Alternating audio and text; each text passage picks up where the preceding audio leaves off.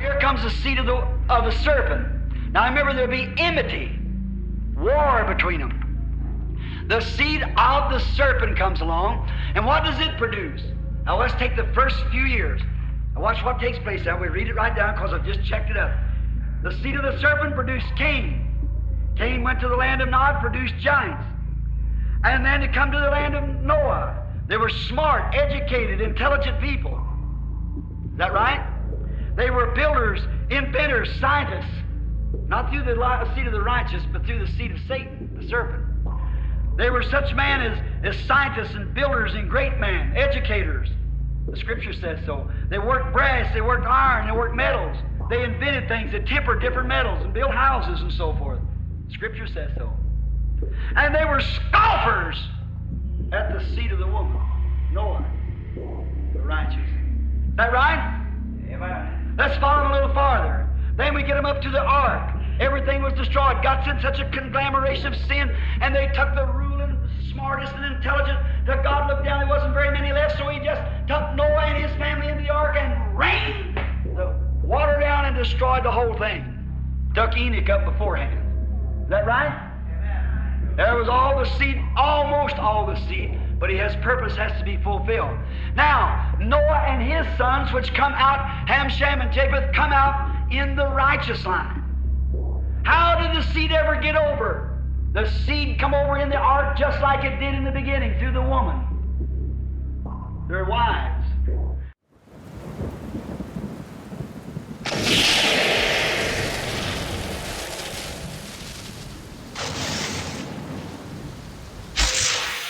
Hello, everyone. Welcome to Long for Truth. My name is Daniel Long. This is the book God's Generals. And in this book, the author, Robert Liardon, dedicates 12 chapters, one chapter to each of what he calls generals within the early Pentecostal movement. Now, on our channel, Robin and I have a playlist called Exposing the Early Pentecostal Movement, and we have shown that most of the early Pentecostal leaders were frauds and con men. In chapter 10 of Liardon's book, Liardon talks about a man by the name of William Branham. And he calls William Branham a man of notable signs and wonders. I want to read a quote really quickly from the book about William Branham. This is what it says. William Branham was a humble, soft-spoken man, familiar with tragedy, heartbreak, and poverty. Semi-literate by worldly standards, Branham was educated through supernatural occurrences. Gordon Lindsay, founder of Christ for the Nations, was a personal friend of Branham's and his official biographer. He said Branham's life was so out of this world and beyond ordinary that if it had not been documented truths, a person could, under normal circumstances, consider the stories of his life and ministry far-fetched and incredible. Now, Liardon is not the only one who makes Branham out to be a general, a Pentecostal hero. Others have done the same as well, other modern leaders in the early Charismatic and Pentecostal movements. Watch. William Branham had a gift of a word of knowledge that was so scary. It was so scary. He would know exactly who the person was in the back of the crowd, what city they came from, what car they drove, what their neighbor's house looked like. This is crazy. And people were like, oh, and it gripped men's hearts. It gripped women's hearts with such a ferociousness that there was no way to escape the love of God. When in 1959, in the month of June, at Faith Memorial, and I believe that would have been the name of it back then, Brother Littlefield's church, when William Branham came to this city in 1959, in the month of June, which also happens to be the year and month I was born, the angel of the Lord came to him and said, before the rapture, Cleveland, Tennessee is going to be the center of the end-time revival. The gospel is going to go out around the world from Cleveland, Tennessee. But you told me that God had you studying William Branham and his life. Do you believe you got a degree of an impartation by just praying and studying him? I'm curious. I have no doubt about it. Yeah, back in 2011, I started studying, just felt really led and impressed to study the ministry of William Branham. And while studying his ministry, I started having nighttime experiences where I would literally feel electricity go through my body. All right, so there you go. My guest today is my good friend John Collins. John is the host of the YouTube channel and podcast Leaving the Message.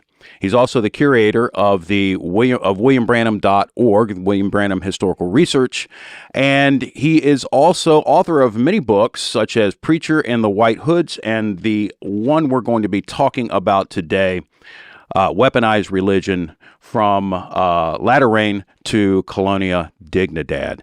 John, thanks for coming back on the show. It's good to be back. All right. So, John, let's go ahead and talk just a little bit about your background and just let the folks know where you're coming from. I was born and raised in William Branham's message cult following. My grandfather was the pastor at William Branham's Branham Tabernacle for approximately 50 years. And I grew up knowing nothing but this. That was my church. That was my life. That was my friends. That was everything. And being in the inner circles of the cult hierarchy, there were many things that I was privy to that others were not, but I really did not understand just how purely deceptive this was until after leaving. But approximately end of 2011, I believe it was, I went through some very severely traumatic, life-changing events that it just shook me, and I started doing some soul searching and trying to figure out what was this thing that my family was in.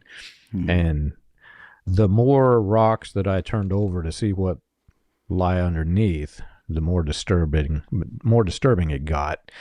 And so I just began digging, and the more I dug, the worse it got. So Yeah. I started publishing information, and I started just like a little, I don't know what you would call it, but I did a little blog and I did a little video thing where I was just examining things. And as you know, that initial site got taken down, which led me to understand that they would stop at nothing to prevent people from digging. And that just made me want to dig all the more. Yeah. It kind of does that. Let me ask you this, John. So you were in the cult, you grew up in the cult, and it's called The Message.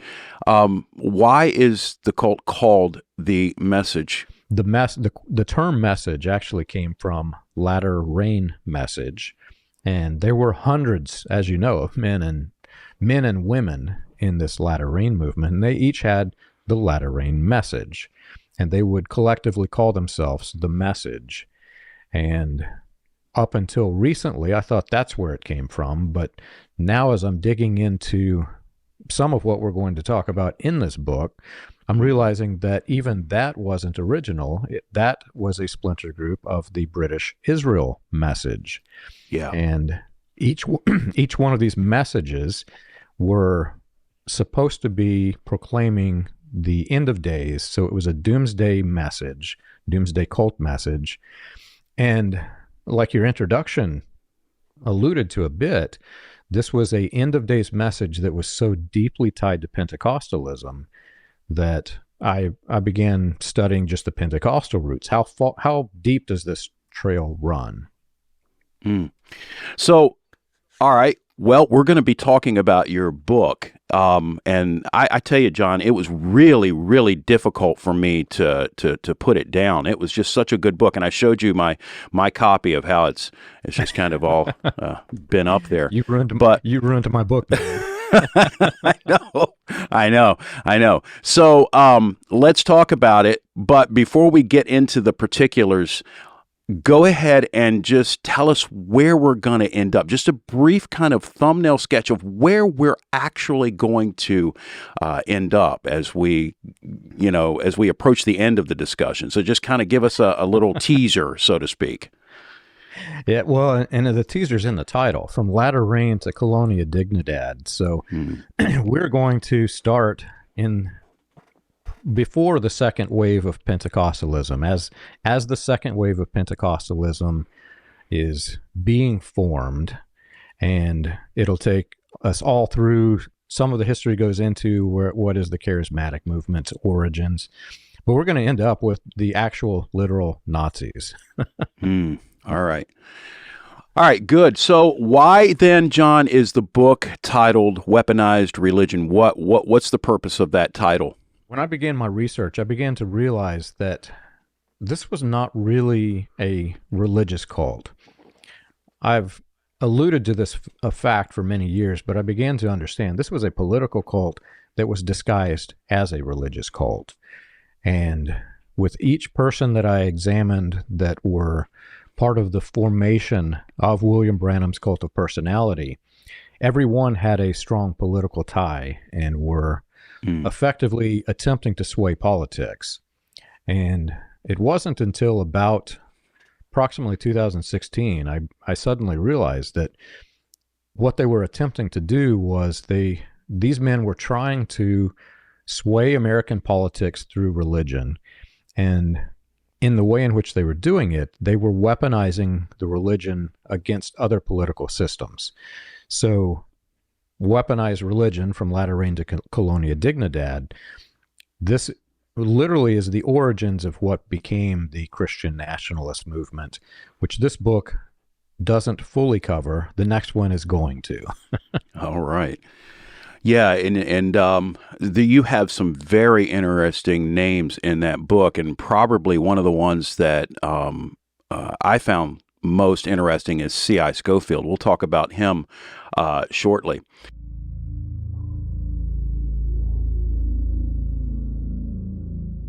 One of the things, John, that I have noticed as I'm doing my own research within the Pentecostal movement and looking at the leaders, not just the early leaders, but even leaders of today, it seems to me that all roads lead right back to a man named John Alexander Dowie. Absolutely. Well, Dowie, as you know, was creating the theocratic party and attempting to take control of the White House. And, you know, the origins predate Dowie by a good bit, but Dowie's influence, and especially considering the British-Israel ties that Dowie had, Dowie laid the framework that enabled the early Pentecostal movement to become what it did. You take Dowie away, you don't have the same Pentecostal movement. You have a Pentecostal movement because there were Pentecostals predating Azusa Street in the United States, but what we have today formed because of Dowie. And Dowie, like every other name in this book, Dowie weaponized his religion to sway politics, and you'll find authors and newspaper articles and even Dowie himself mentioning that he literally controls the vote in the state of Illinois. If somebody offends him and he takes his entire cult of personality and weaponizes them against that individual, whoever's running against them is going to win. Dowie tried then to take this nationally, and he began spreading out across the nation, and that did not succeed in the same way that he could control the political vote, but what happened was he planted all of the seeds across the United States that would eventually grow into Pentecostalism. Yeah, it's amazing to me. You have people who have tried to start communes, and we're going to be talking about a particular commune called the Colonia, but these guys tried to start communes. You had Charles Fox Parham, who tried to start his with Stone's Folly. You had Frank Sanford, who did start one out in Maine, Shiloh, Maine. You had even later on, post-World War II, you had A. Allen in Miracle Valley. But Dowie's was the most successful, and Zion City, Illinois, is still in existence today and is in existence because of John Alexander Dowie. Absolutely. And each of those names you've mentioned, those are, people look at the Pentecostal roots and they see these names, and generally speaking, the names are associated with biographies of Pentecostalism and the Pentecostal faith. But you have to remember, going back to British Israelism, as it was morphing into what became Christian identity, which this book does cover a bit, British Israelism in the United States was rising at the same time that white supremacy was becoming popular and rising. And there was a man named C.A.L. Totten who was teaching British Israelism. Totten was deeply tied to the military, so he was bringing a militarized version of British Israelism. Totten's works were taught in Frank Sanford's cult compound. Parham, as you know, went to the Sanford compound, and he went to the school and was learning and training from that. So you had Totten's version of British Israel doctrine in the Sanford Shiloh compound. Then you had Dowie's version of British Israelism, which Parham also toured and molded his own cult compound after those two. Parham was also a British Israel guy, and his British Israel flavor was, from the Deep South, where there was a lot of racism. He began working out west, and he began teaching in Amy Semple McPherson's school.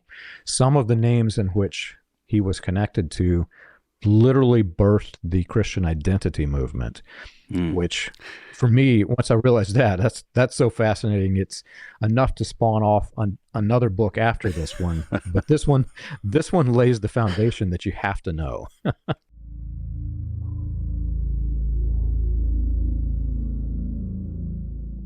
All right, John, we're going to transition now into talking about British Israelism. And then from there, we'll segue into Christian identity. As the Pentecostal movement began to grow and splinter, and you created all of these sects and subsects of Pentecostalism, they all seem different when you examine their religious foundation, but the pseudo-political / religious thread that bound them all together was British Israelism. And it's very complicated to understand. A lot of people struggle with it. It honestly took me a few years to grasp just how important it was.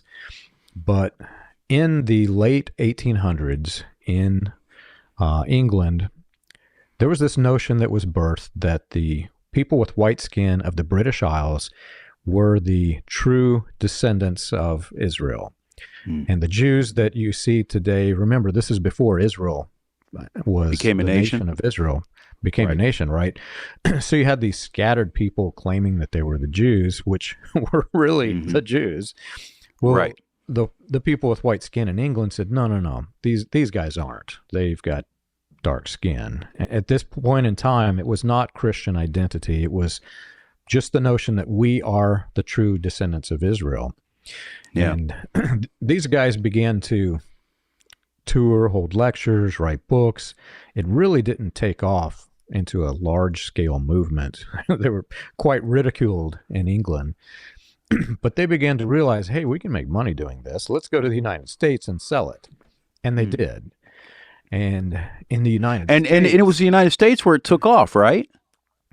It took off in both places at the same time, but it was the United States adoption of it, I think, that fueled the fire, right?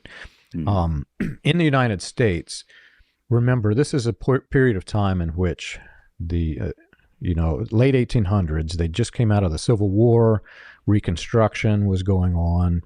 The notion, especially in the southern United States, the notion that the people with white skin are the true descendants of Israel was very popular. And I had to laugh when I first began looking at it because it's so absurd when you think about it. The way in which this developed, it's a pseudo archaeological movement. There is no evidence whatsoever. Right.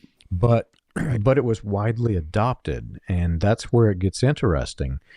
Because in the United States, this eventually, as you mentioned, developed into Christian identity, and the white Christian nationalists began to be birthed in the 1930s or 40s, I believe it was. this laid all of the framework for that. But with regards to Pentecostalism, here's where it becomes critical. These guys were claiming that, there's this Bible passage, and I'm drawing a blank on the verse that it's coming from, but it talks about these are the shadow of the things to come, referring to the things that were in the Old Testament. Right. Well, these guys began claiming that you could read the Old Testament in that way, that you could take one single phrase, and that phrase was applicable to late 1800s and as it developed into early 1900s. And so these men could take a phrase and preach a whole sermon about modern times, and it's so far out of context that everybody who had not adopted this thought, these guys are lunatics, man. Yeah. But I mean, you think about, I'm sorry, I didn't mean to interrupt, John. I just had to jump in because what you said is very interesting, because they're doing the same thing today. They're eisegeting passages of Scripture. They're reading their own interpretations into the text, and that's been going on for a long time. So let me ask you this real quick, John, before we jump back into the Pentecostal movement. How did British Israelism affect the Ku Klux Klan during that time, or did it have a big effect on them at all? Well, so these are two different movements, but both have similar ideologies.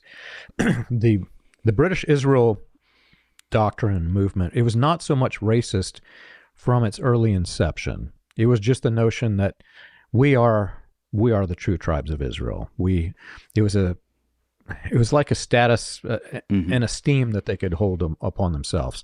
But okay.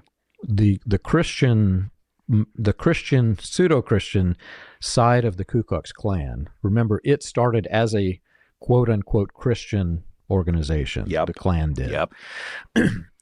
It took those same ideologies and realized that if you combine these two, it becomes a very powerful movement.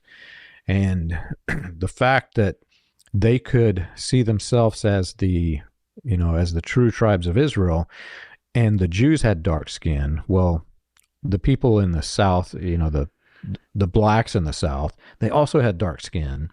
So it developed, I'm fast forwarding many, many years, right. It eventually developed into this theme that there were two bloodlines, and the two bloodlines was basically the good guys versus the bad guys, and if you had black skin, you were one of the bad guys.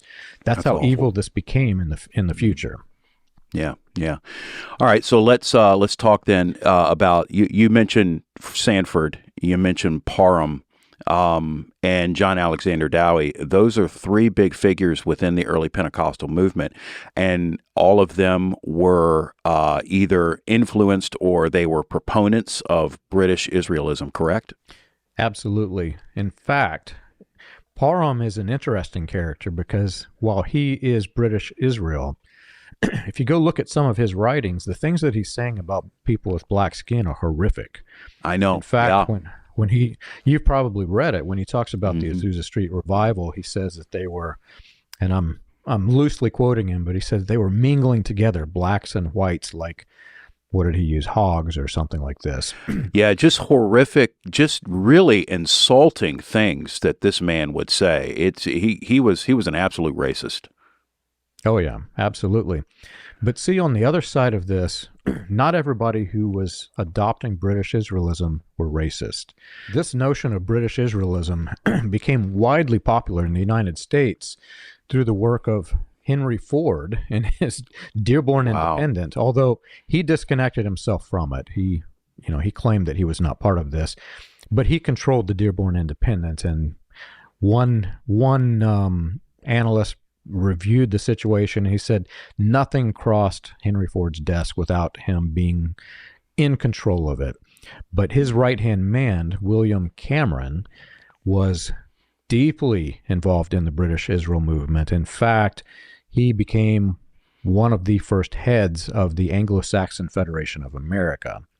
Wow. And through this, British Israelism began to spread as a almost accredited notion in the United States, because these were famous figures in the United States that were saying this is true, this is accurate. And nobody's fact-checking to see, is it even remotely accurate? And the most absurd thing, which I'll blow your mind, and I can watch you laugh as I say it. William Branham made this weird claim that, again, people are thinking religion, they're not thinking politics, and they're not thinking British Israelism when he says this stuff. He said that the first Bible was the Zodiac, and the second Bible was the pyramid. This is William Branham in the Latter Rain Revival. My goodness. Now, and is it maybe that's why the pyramid is over his grave or something? I don't know. It's absolutely that's why they chose a pyramid. But so that sounds absurd, and people think, okay, this is occult, this is pagan. He's not even remotely teaching Christianity. There's no way that the Zodiac is a Bible, right? Well, as British Israelism was being birthed in the United States, and it was starting to take hold with some quote-unquote credibility, they started having pyramidologists tour during these conferences where they had British Israel doctrines and training and teaching and seminars and education. And the pyramidologists began claiming that the passage, the length of the passage from the entrance of the Great Pyramid of Giza to the King's Chamber was actually a Bible of sorts that was a timeline. And each bump in this timeline, as the passage goes, and then there's a malformation in the passage, that represented hard times in the Earth's history. And they began tying it to things like as the world money situation became very, very critical leading up to the Great Depression, they began to say, well, that's a milestone in this King's Chamber passage. And they began saying that we're right here at this point in the passage, in the tunnel that goes to the King's Chamber. When we reach the King's Chamber, that's when the world is going to end. There will be total destruction. Wow. And it became a doomsday message.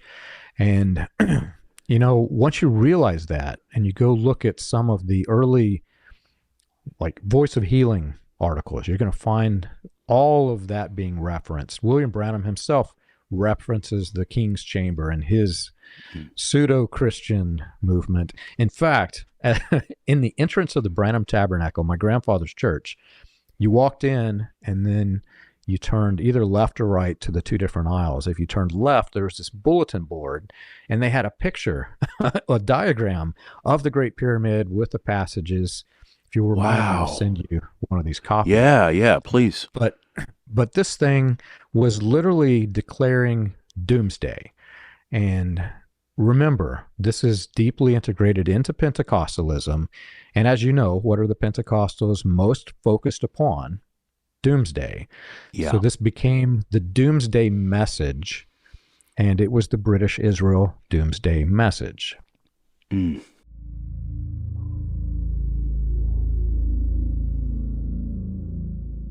Wow. Man, there's a lot there, John. There's a lot to digest about that. And you can read, I've gone online and looked at some of the articles and things about British Israelism, and there's just so much stuff to read about it. But eventually it became, or at least it connected to, maybe morphed into, maybe those aren't the right terms, but it became connected to Christian identity, correct? It did. And that's where this book takes its focus, because I had recognized that Branham's cult of personality was deeply tied to the Christian identity movement. You mentioned serpent seed in the beginning of this. I had no idea that serpent seed predated Branham. We were taught that Branham brought the original truth, the quote-unquote divine mystery of that Cain was sired by Satan himself, which was the serpent from the Garden of Eden. That's what I grew up believing, right? Wow. Had no idea that was even remotely connected to racism. In fact, if you ask me, was John Collins a racist in this thing, I'd say, no, there's no way. I love people of all color. I don't even look at color. But I began to realize that No, this was extremely racist. I have publicly apologized for my racism, not knowing that I even was. Right. But as this is developing, I mentioned Cameron. Well, the guy that started the Anglo-Saxon Federation was Howard Rand, and he began setting up chapters of these Anglo-Saxon conferences all across the United States. It took a strong hold across the West Coast, and especially around Los Angeles. Remember, you had the American Bund, which was being formed in Los Angeles. You had all of these different weird Nazi ideologies, white supremacy ideologies. All of this is happening in Los Angeles. Well, at the point in time in which British Israelism begins to morph into Christian identity, it morphed largely through the work of Gerald L.K. Smith, who was also from Shreveport, Louisiana, where William Branham's headquarters was. He went to L.A. at the same time Roy Davis and William D. Upshaw, two of Branham's mentors and strong partners in creating what became Latter Rain. They were in Los Angeles. And you had Wesley Swift out of the Angelus Temple, who was Gerald L.K. Smith's right-hand man.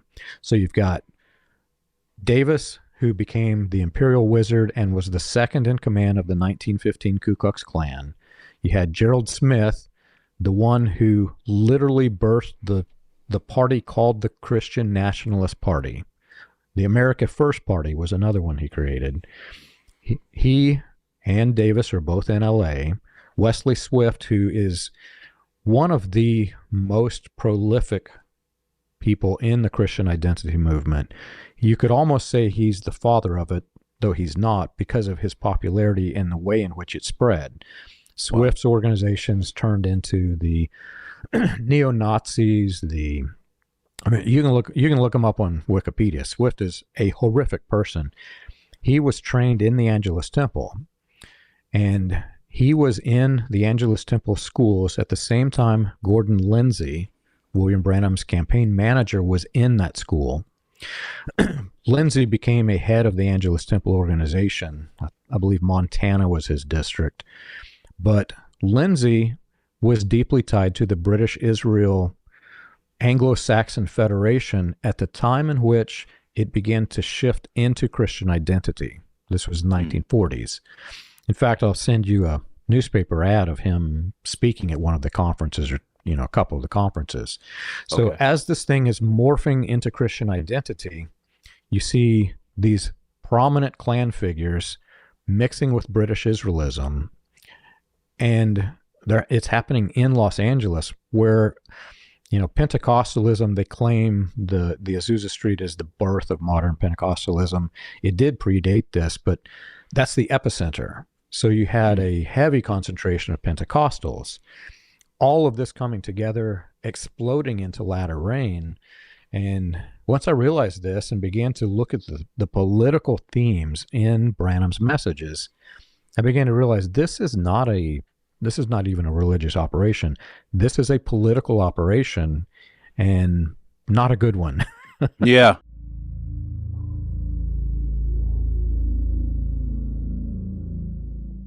I want to talk about somebody that I was pretty, kind of shocked when I saw you had a whole chapter on him in your book, and we're kind of talking about the connections to this whole big operation in Colonia, Dignidad, how it all kind of led up to it.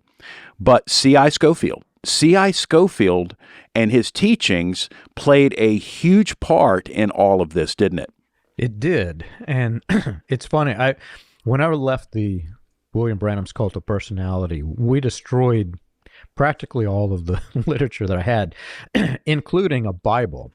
And you asked me, John, how do you destroy a Bible? How can you do this? Well, it was a Bible. John, how can you destroy a Bible? How do you do this? This was a Bible that was printed it was probably not printed by the Branham organization, but it was supplemented, and you opened it up and it had Branham's photo and propaganda. And I couldn't keep a Bible that had his photo in it, man. I had to get rid of it. I hear you. I hear you. But it was specifically the Scofield Reference Bible.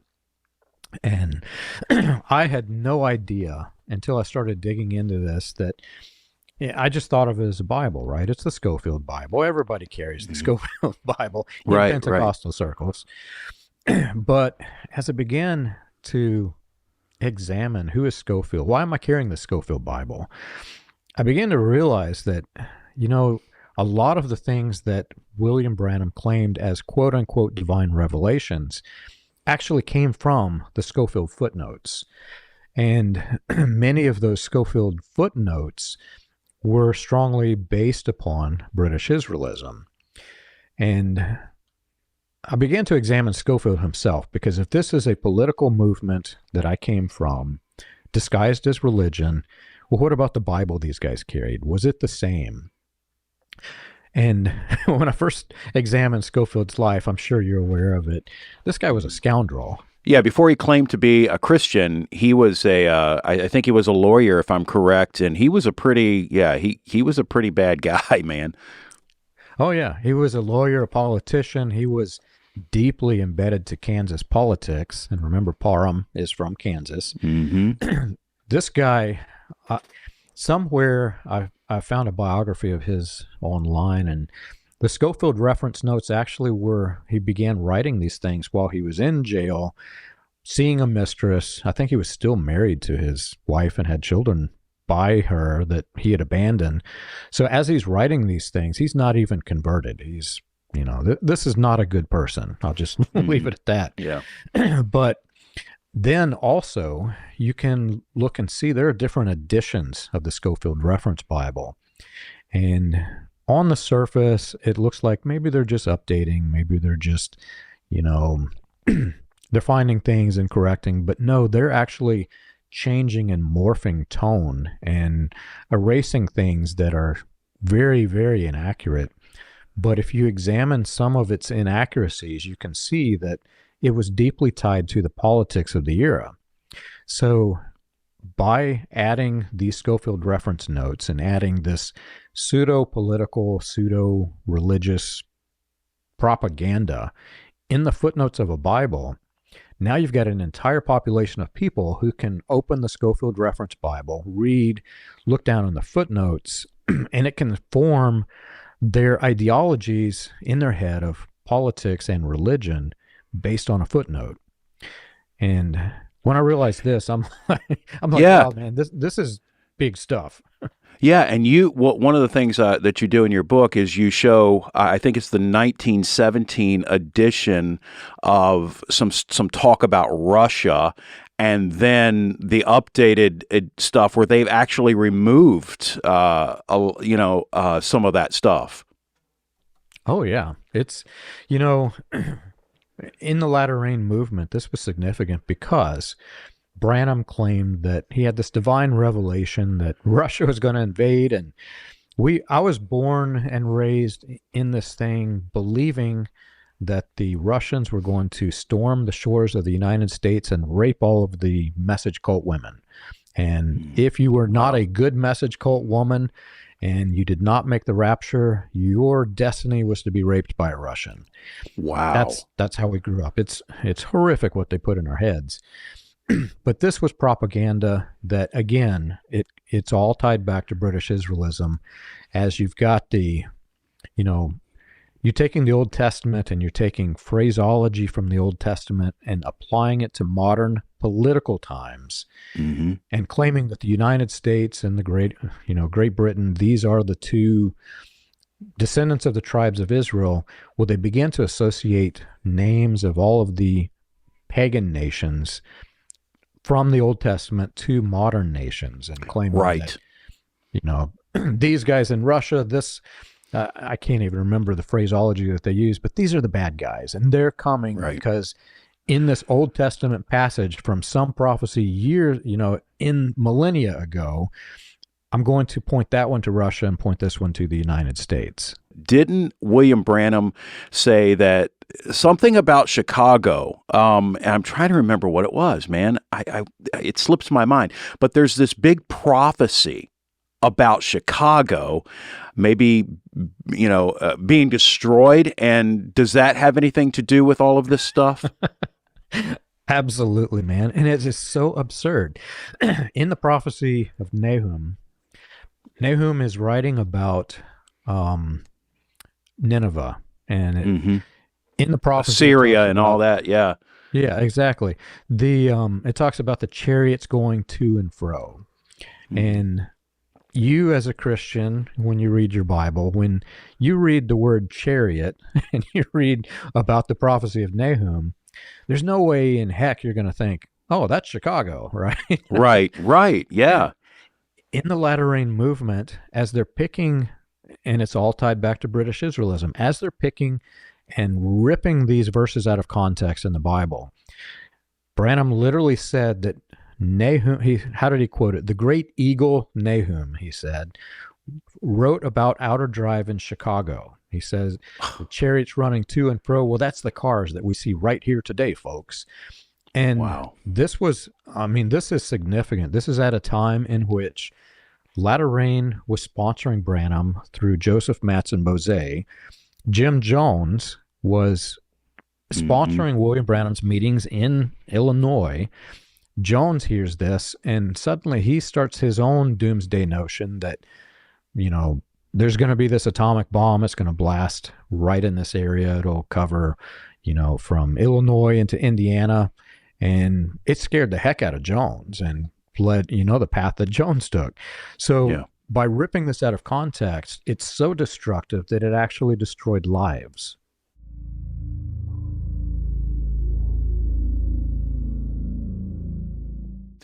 And what also fascinated me, John, was the teachers that came out of Amy Semple McPherson's Angelus Temple, and you had mentioned a few.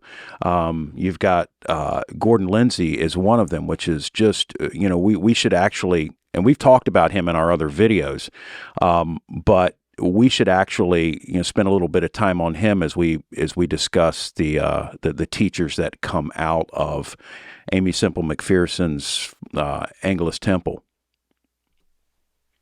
Yeah, I was a little surprised when I saw Lindsay's name associated with it. Lindsay and his wife, they were both in Angelus Temple, and his wife was in the school. I think his wife was in the school at the same time as Wesley Swift, if I remember correctly. Lindsay was born in Dowie's cult. Lindsay's family was also in John G. Lake's organization. Yes. Lindsay toured with Lake during Lake's early years. He was touring in the South.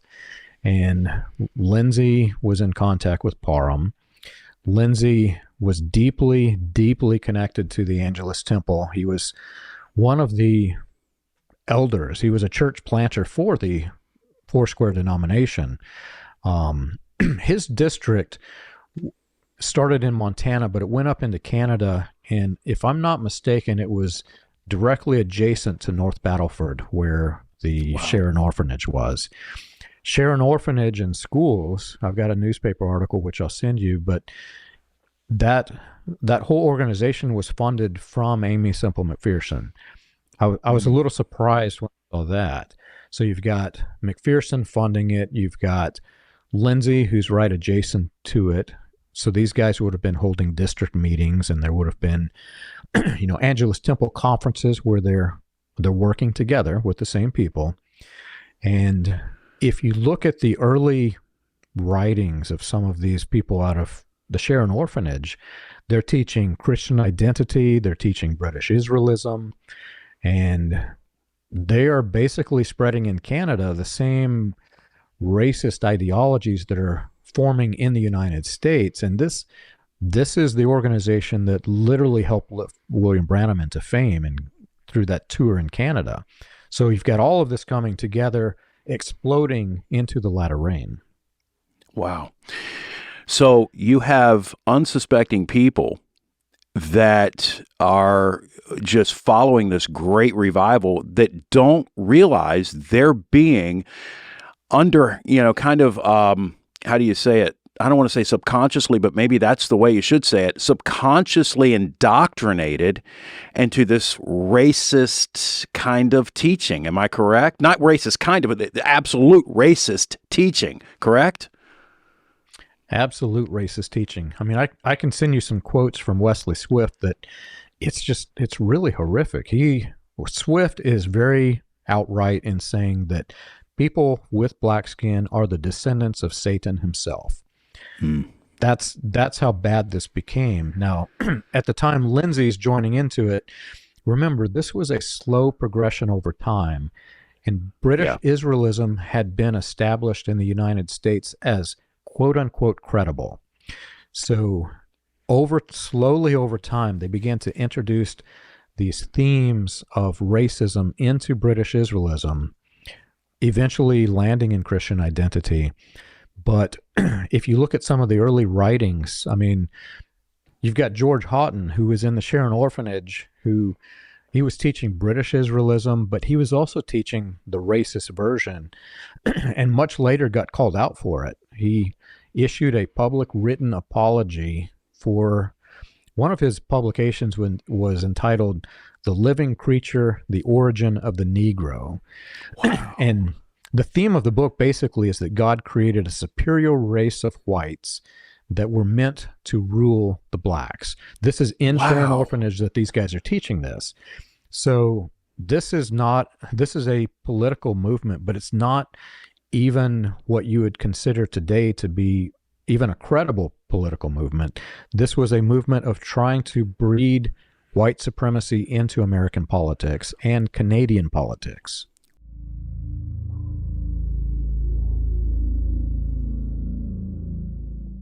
So we've got a whole interesting perfect storm here, I guess you could say, that developing for what we're going to talk about next. Because what we're going to talk about next is something called the Colony, which ended up in Chile, which is just a fascinating, crazy story. You could, John, there are videos on YouTube about Colonia Dignidad. Okay, in the horror stories that I've read in your book, the horror stories that I've heard from witnesses from these videos, and William Branham is tied to this stuff. At least his teaching is tied to this stuff. It really blew my mind. In fact, years ago, you can look it up on jonestown.sdsu.edu. I wrote an article about Colonia Dignidad because I found they were teaching William Branham's doctrine, many themes from William Branham's doctrine. In fact, they were playing recordings of William Branham's doctrine. But at the time, I did not realize the significance because the central figure, Paul Schaefer, he was basically the William Branham to that organization, but he was teaching William Branham. So I thought, this is disconnected. There's no relationship whatsoever. And then I began working with historians in Chile, in the universities, who contacted me. They found my research, and we began combining research together. And oh my gosh, man. Wow. It wasn't that just he was connected. This colony may not have existed without William Branham. Well, like Jones, Paul Schaefer was indoctrinated by William Branham's teaching. Mm-hmm. And the way that you can examine almost any of the splinter groups of Branham's cult of personality, what happens is if you get the wrong person who's in charge and they create a splinter group, they themselves become the central figure. And they are the mediator between God and man. So you have Paul Schaefer, who's indoctrinated with Branham's end of days, doomsday theology. Well, this was also built on this weaponized Christian identity British Israel mess, in which people with black skin are the bad guys. They're in South America where all of their neighbors have dark skin. So they saw themselves as this community that is preparing for the end of the world to come. Wow. But that's on the surface. That's just the religious side, which sounds nothing like religion. But underneath, this colony appears to have been established for the sole purpose of helping the Nazis escape, out of Germany into South America. And it just became this weird framework from which many different political agendas and operations could eventually be enacted in South America. Wow. So how did it finally get discovered, and what are some of the things that was discovered there when it was discovered?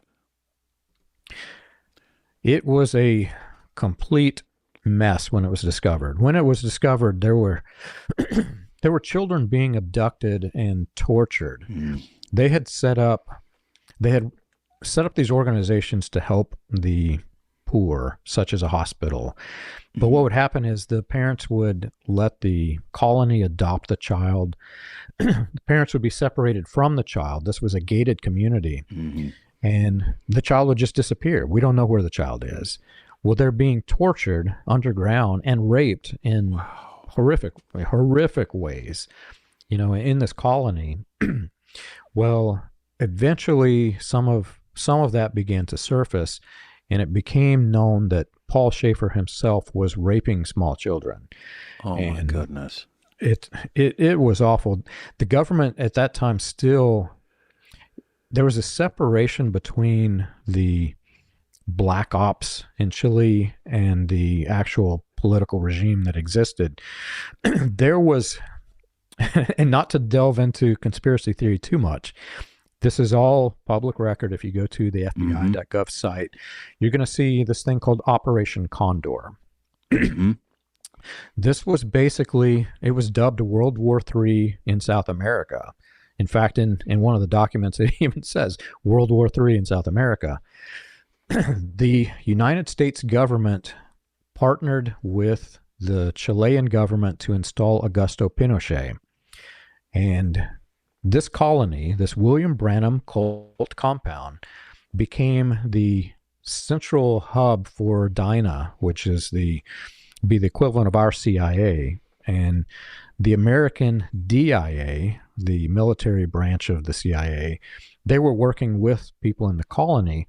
They had set up, I can't remember the numbers, like 50,000 bugs in different various locations throughout Chile, where they were spying on everybody from political opponents to Catholic nuns.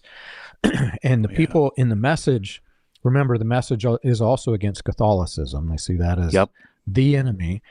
Well, they saw this espionage on Catholic nuns as being holy, as they're enacting a holy war, but they're doing it from a Branham cult compound.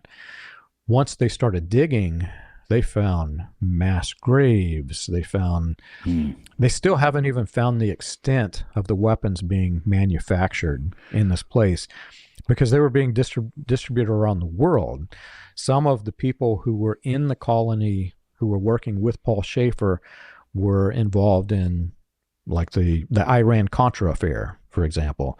These were some very bad people doing some very, very bad things. Yeah, and you have a chapter in your book on Nixon, and a conversation. A lot of the chapter is focused on a conversation between Nixon and Kissinger, and they were kind of, how do I say this? They were pro Colonia Dignidad because of Pinochet, right? He was kind of anti-communist. You had the whole communist thing going on in the United States, and you had communism being talked about within the Pentecostal movement with William Branham and Gordon Lindsay. They were all, and even Nixon showing up at the what was Businessmen's Fellowship there, or was it a prayer breakfast? I can't remember. It was at a prayer breakfast that was sponsored by the Full Gospel Businessmen's Association. Right. Yeah. So after Gordon Lindsay pulled his Voice of Healing sponsorship away from Branham, Branham began to be sponsored by the Full Gospel Businessmen's Association, founded by Dima Shakarian. Well, these guys they've also set up in Washington. So when you hear the word prayer breakfast, you're thinking the family, but there are actually two components to it. You had the organization that von Blomberg was a director for, you also had the Full Gospel Businessmen. These are working in cooperation with each other. Okay. So at the time in which, well, before the time in which the real communist scare hit the United States, Nixon was speaking, and he's trying to instill the fear into fundamentalist Christianity that communism is the enemy from, of biblical proportions. And he's giving men examples in the speech to help fight communism because it has invaded the minds of the people in the United States. And Nixon says the battle is in our minds. So every one of you ministers who are in this prayer breakfast, go push the agenda that, communism is our enemy, which led to many, the timeline just fits like a zipper. It led to many of William Branham's prophecies against communism. They were introduced after this prayer breakfast. And so while all that's going on, which I did know, what I did not know is that the United States was building up in preparation to battle communism in South America. And it was a covert political op, of which I've shared some of the transcripts in the book, but you can just go to, the CIA archives. I think that's from, you can see the Operation Condor notes. This was a large-scale operation that they were trying to suppress in the United States. Yeah. John, okay, so that's the colony, and that's the result of, William Branham's teaching. But are there other places that are kind of, I don't want to say similar, but there are other little sects set up because of this kind of stuff, splinter colonies maybe. I know that these guys were not the only ones out there. Yeah, that really surprised me too, to learn that, again, we thought this was this little small group, one in a million, and to find out that it's not only massive in scale, it's worldwide, it's global, but the political operations behind it were also global. And I just mentioned a scattering of a few in the book, but of significance was this guy named Robert Gumbura, who I think it was Zimbabwe. The message cult there controlled the banking systems, and they were organizing a military coup, similar to what was happening in Chile. It's just one of yet another weird stories that is worthy of another book just like this. Yeah. John, I got to tell you, I can't recommend this enough. This is some really good reading. And what I like the way you set it up, because you have so many, there are so many footnotes in here, like 1,000 probably, I don't know. But there are so many footnotes in here, and so, you can check the sources there. I can get it in there like that. Folks, the book is called Weaponized Religion, From Latter Rain to Colonia, Dignidad. It is well worth the read. I'm going to put a link to it in the description. I'm also going to put a link to where you can contact John and you can check his YouTube channel out and all that. And I have a playlist, Robin and I should say, have a playlist on our channel that is called Exposing William Branham, and that's all the videos, John, that you and I have done since, before this one. And we've done several that you really need to check out, because there's so much information that if you don't know, you're going to find some shocking things out when you watch those videos, especially William Branham's connection to Jim Jones. John, I really appreciate you coming on, man. Thanks for having me. And I'll be looking forward to your next book for sure. For sure, man. Because I know it's going to be another really book where I'm not going to be able to put down. That's just usually how it was. I've already read a few of your books, and you're an excellent writer. So thank you very much for the work that you're doing. Thank you. And if you're interested, you can find the links on Dan's description. Also, you can check out our podcast, which covers a lot of the stuff that's in this book, william-branham.org/podcast. And you can also, the YouTube channel, Leaving the Message, you can find the podcast there. All right. Well, thank you folks for watching, and Lord willing, I'll see you next week.